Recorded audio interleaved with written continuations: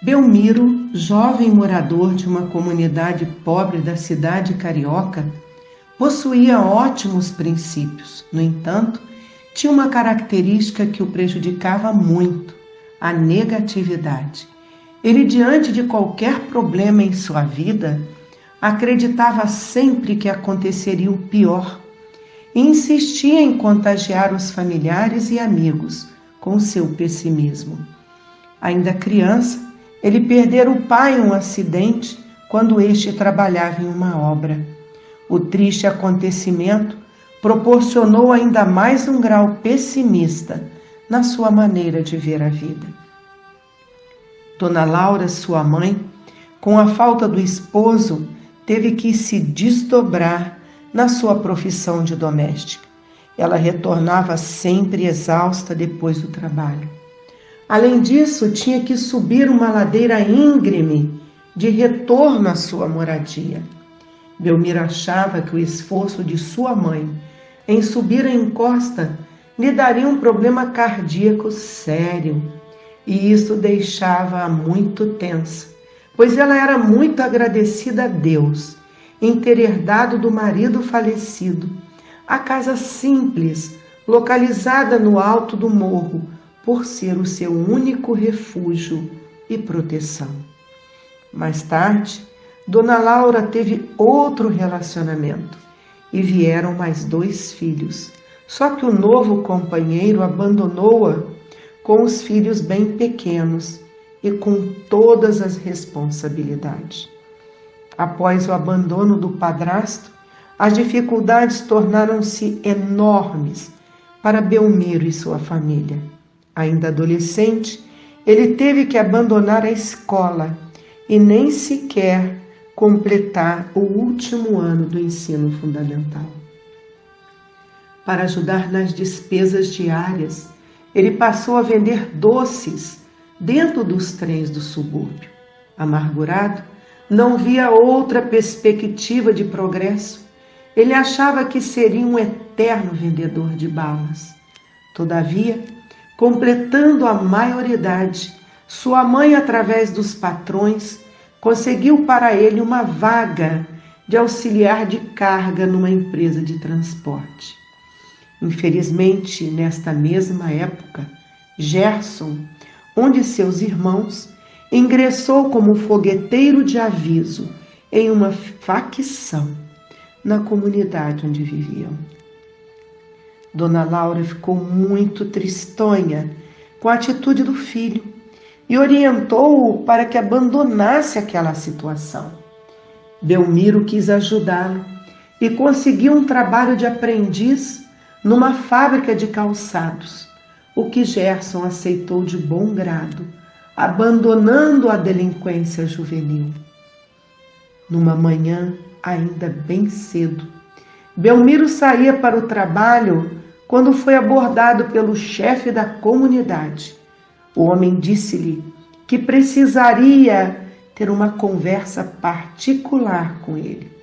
O rapaz esquivou-se e expôs que estava muito atrasado para o serviço e somente poderia conversar em outra hora. O homem não se deu por vencido e à tardinha abordou-o novamente, desejando informações de quando chegaria a carga de material eletrônico na empresa onde ele trabalhava. Ele recusou-se a dizer.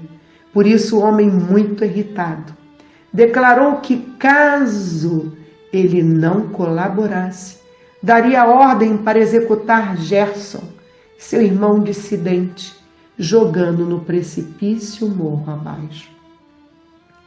Belmiro ficou apavorado, agora com toda razão. Disse rapidamente que retornaria tão logo tivesse as informações sobre a carga eletrônica. Ao chegar em casa, ele alertou a mãe e os irmãos do perigo que corriam. Dona Laura, muito preocupada, decidiu que se retirassem dali o mais rápido possível e fossem para a casa de sua irmã em outra localidade. Eram por volta das 4h30 da manhã e Belmiro com sua família abandonam a residência, descendo por uma encosta do morro oposta ao acesso normal dos transeuntes, de forma a não serem vistos. Juntos, foram morar em uma casa nos fundos do quintal de sua tia Anastácia, num bairro bem distante dali. Assim, Belmiro sentiu-se mais aliviado. Porém, para sua decepção, dentro de poucos dias, assaltantes invadem o pátio da empresa onde ele trabalhava. O chefe do bando, propositadamente, chama-o pelo nome perante todos os funcionários, a fim de incriminá-lo, ligando-o ao grupo e deixando-o muito constrangido, sem saber o que fazer. Os empregados são trancados em um banheiro, exceto Belmiro. De repente, um vigia aparece muito nervoso e atira sem precisão e acerta de raspão em um dos braços de Belmiro. O chefe revida e alveja frontalmente o pobre homem, vitimando-o. Após esse fato, o bando foge com a carga roubada, forçando Belmiro a ir com eles, empurrando-o para dentro do carro. Naquele momento, ele acha que seria executado e entra em um estado nervoso e tem um desmaio devido ao pânico que sentia e ao ferimento que sangrava. Logo a polícia é avisada e persegue os bandidos e eles abandonam o veículo onde estava Belmiro. O chefe, antes de fugir, deixa intencionalmente a arma criminosa nas mãos de Belmiro, que ainda estava desacordado. O jovem desperta sobressaltado, sob a mira dos fuzis dos policiais que recolhem a arma de suas mãos e levam-na para a perícia. O infeliz é preso e todas as provas recaem sobre ele, inclusive a morte do vigia. Ele tenta desesperadamente dar explicações, mas falta-lhes os recursos para sua defesa e é condenado a muitos anos de prisão. Agora, ele é somente um homem completamente desencantado com a vida. Aquele Belmiro pessimista retorna com muito mais pesar, pois os sonhos de mocidade foram destruídos por algo que ele não fizera. Na prisão, Belmiro vivia amargurado. Nada o alegrava, a não ser as visitas da mãe e dos irmãos. Certo dia, observando o estado depressivo de Belmiro, um participante de um abnegado grupo religioso que visitava a prisão lhe presenteia com um iluminado livro, o Novo Testamento, e lhe diz: Senhor Belmiro, desejo que este livro abençoado seja de grande valia para os seus momentos de dores e sofrimentos. Nós oraremos todos os dias para que Jesus faça morada em seu coração. Belmiro agradece o presente, no entanto, deixa-o largado em um canto da cela por dias e dias. Porém, numa manhã, ele acorda com uma forte vontade de abri-lo e assim o faz.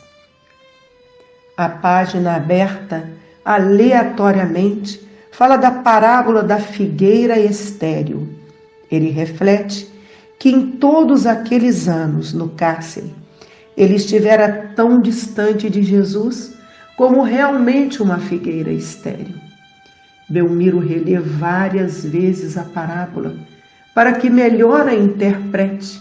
Daí então surge-lhe um sentimento de esperança em um futuro melhor.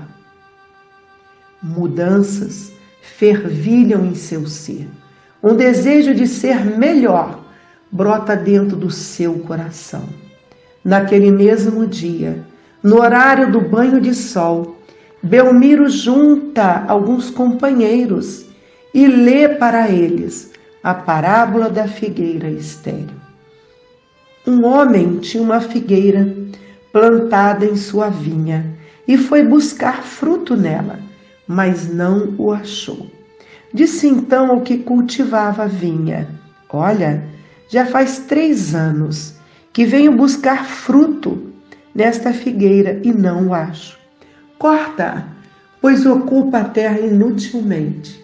Mas o outro responde e lhe diz: Senhor, deixa ainda este ano, até que a escave e a esterco. E se der fruto, ficará, e se não, depois a mandarás cortar. Lucas capítulo 13.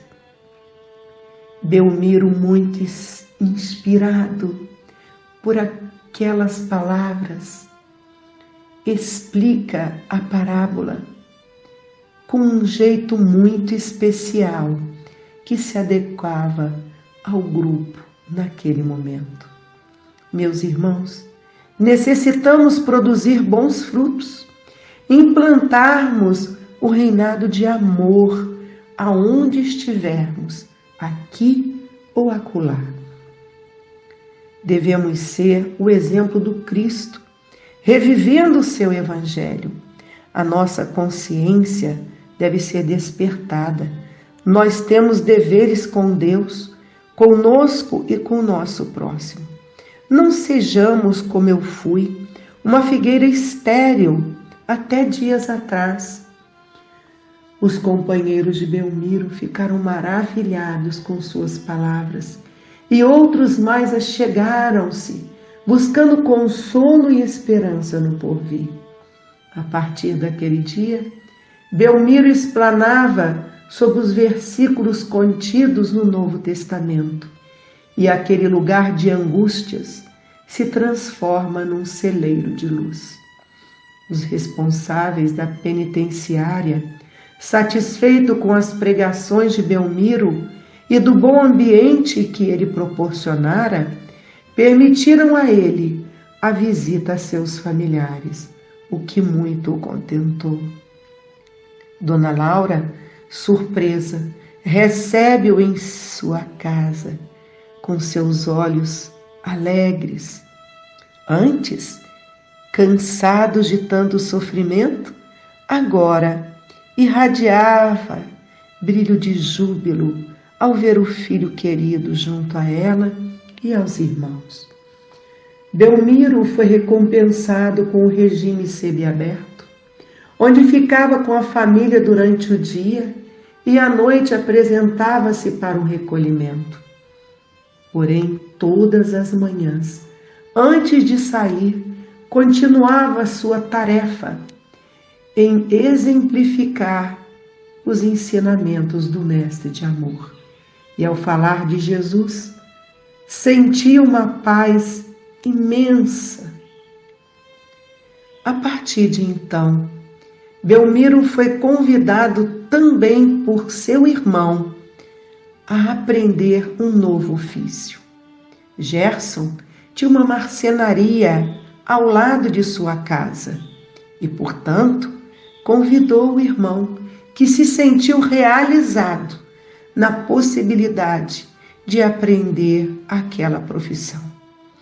Era uma grande dádiva para ele, além de visitar os familiares todos os dias, ainda aprender algo novo, como a marcenaria.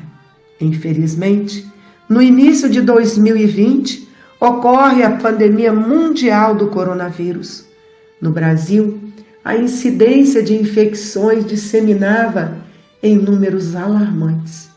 Então, as autoridades governamentais deliberavam várias providências de confinamento da população, e a ordem chegada àquela penitenciária era que fosse interrompido o regime semiaberto para evitar riscos de contaminação aos demais presos.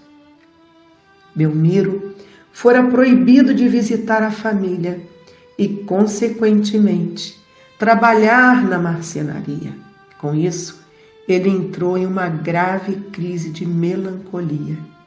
Aquele Belmiro negativista renasce com mais força dentro dele, esquecendo-se dos ensinamentos maravilhosos que aprendera. Ele estava revoltado, já não conseguia mais pregar as belas passagens do mestre para seus companheiros. Voltava a ser a figueira estéril, emudecera e sobrecarregado de pensamentos de tédio e frustração. Entra em depressão e trama o seu fim, desejoso de suicidar-se.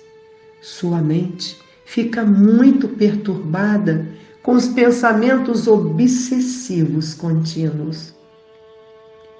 Todos os companheiros de cela perceberam o estado apático de Belmiro e sentiam-se abandonados, pois o estudo do Evangelho do Cristo trazia para eles um estado de paz interior, dantes nunca vivido. E agora pareciam contagiados pela tristeza daquele que tanto bem lhes fizera. Gustavo, um dos agentes penitenciários do presídio, homem de bons princípios, fora informado do estado crítico de Belmiro, que recusava até mesmo a alimentação. E lhe fala: Belmiro, o que aconteceu para você ficar nesse estado tão apático? Senhor Gustavo, as únicas alegrias que tive depois de 10 anos de prisão foram-me retiradas. Que é isso, Belmiro? Isto é provisório e logo passará.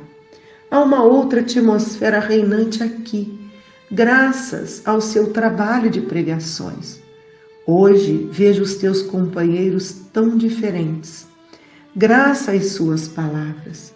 Aqui se faz tão necessário as mensagens de consolo num momento tão grave pelo qual passa toda a humanidade. Essa atual crise nos mostra que devemos nos unir ainda mais e ajudar a quem nos está próximo. Em casa, irmãos, pais e filhos que pouco conviviam, hoje têm uma oportunidade maior de familiaridade. Mais do que nunca, aprendem uns com os outros. Abnegados cientistas, médicos, enfermeiros e tantos outros profissionais dedicam-se a irmãos que nem sequer conhecem e oferecem tratamento, amor e caridade. Eles são instrumentos do bem, como você nas mãos de Deus. Senhor Gustavo, o que o Senhor falou é muito bonito, todavia não serve para mim. Eu quero dar um fim em minha vida e acabar com toda essa desgraça pela qual eu passo. Belmiro, eu vou comunicar ao diretor para que autorize que o Dr. André, que é um médico psiquiatra, venha visitá-lo. No outro dia, lá estava Gustavo, acompanhado de Dr. André, médico experiente, de profundo conhecimento humanitário. Eles encontram Belmiro ainda mais abatido, deitado no leito sem forças para levantar-se. O médico inicia a conversa em tom amistoso. Belmiro, o Gustavo me falou do bom conceito que você tem, não somente com seus companheiros, como também com todos os agentes penitenciários. Quero que me veja não somente como um médico, mas também como um conselheiro. Doutor, eu não quero viver mais. Pretendo arrumar um meio de acabar com a minha vida. Belmiro, a vida é uma dádiva de Deus. Não podemos atentar contra ela. Senhor, eu nunca prejudiquei ninguém. Fui honesto, bom filho, bom irmão e fui injustiçado, pagando por um crime que não cometi. Eu sei, Belmiro. Gustavo comentou comigo a conversa que teve recentemente com um dos seus irmãos sobre a sua inocência. E falarei com um advogado amigo para interceder por você. Doutor, eu não tenho nem mais interesse de provar a minha inocência. Somente ser julgado por Deus. Belmiro, entenda, cada dia somos julgados pelo estado de consciência ao qual optamos, o estado de paz ou de tormento. Esse é o verdadeiro juízo que fazemos, onde escolhemos a opção de ficarmos à direita ou à esquerda do Cristo. Esses prisioneiros que estão aí ao seu lado confiam em você. Siga o que fala em suas pregações. De forma alguma deve tirar a sua vida. Ela é uma bênção de progresso e renovação. Se fizer isto, seus companheiros ficarão perdidos, pois iniciaram recentemente um encontro com a luz, que é o Cristo Jesus. Se você for frágil e covarde, o modelo de homem bom, correto e confiante no Mestre acabará, e eles ficarão revoltados, pois agora iniciaram a crença em um Deus justo, o qual você derrubará, caso concretize esse triste ato. Sei que você tem Jesus como seu exemplo e guia. O Mestre, em seus ensinamentos, nunca recomendou o suicídio como solução para o término de qualquer sofrimento, seja ele qual for. Ao contrário, clarificou todo o tempo sobre o grande valor da vida. Lembre-se, Deus é tão bondoso que nos deu a vida eterna, e Jesus nos falou várias vezes sobre isso quando visitou a Terra há 2000 anos atrás. Prossiga, Belmiro, não só por você e sua família, mas também por esses homens que aqui estão. Seu exemplo e suas palavras, vindas do coração, é um refrigério para eles que hoje estão privados da liberdade. Eu trouxe medicamentos que lhe ajudarão a sair desse estado depressivo. Gustavo e os colegas de serviço ficarão encarregados de administrá-los a você. Entretanto, se o momento você não consegue evangelizar, quero que leia essa singela prece que eu trouxe, intitulada A Prece da Serenidade. Esta oração tem um grande poder positivo sobre todos nós. Ela nos leva ao que há de mais perfeito, que é Deus. Eu voltarei aqui outras vezes para acompanhar o seu caso, se assim me for permitido, e que Jesus o ilumine. À noite, os próprios companheiros de cela pegam um folheto e pedem a Belmiro que também faça a oração. Deus, concedei-me a serenidade para aceitar as coisas que eu não posso modificar, coragem para modificar aquelas que eu posso e sabedoria para distinguir uma da outra.